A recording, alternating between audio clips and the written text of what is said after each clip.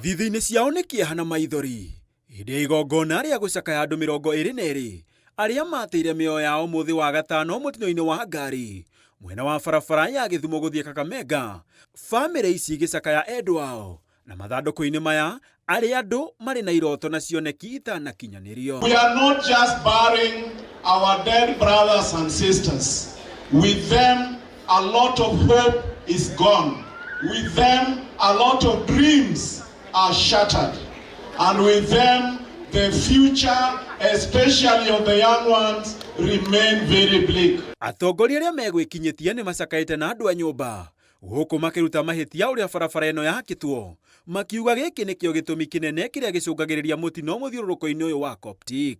That roundabout has killed many people, and today it was very proud for me to see that roundabout has been taken away. Must redesign Kakamega Kisumu Road, and I'm happy I saw on social media some work has started going on. I'm not sure that is by Kenya or by some cowboy contractor. Agĩcakaya Kenya aya mũtongoria wa ODM Raila Odinga nĩ oretie thirikari gwĩkana mĩtũkĩ na gũcenjia mwakĩre wa barabara ĩno, akiuga nake we mwene anahanĩkĩrwo nĩ mũtino haha. The government to bring the officers to ensure to see exactly locate where the vehicles are, and that is what should become the boundary between Nyanza and Rift Valley. Raila nĩ oretie thirikari yenyũkie ũthũrimi na ũgai wa mĩhaka, akiuga mbara nyingĩ cia ndũrĩrĩ mwena ũyũ irarehwo nĩ kwaga kũmenya harĩa mũhaka ũkinyĩte, na oho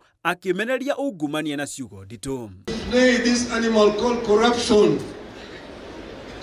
in the judiciary, corruption in the legislature, corruption in the executive, corruption in the fourth estate, in the media, and corruption in the private sector.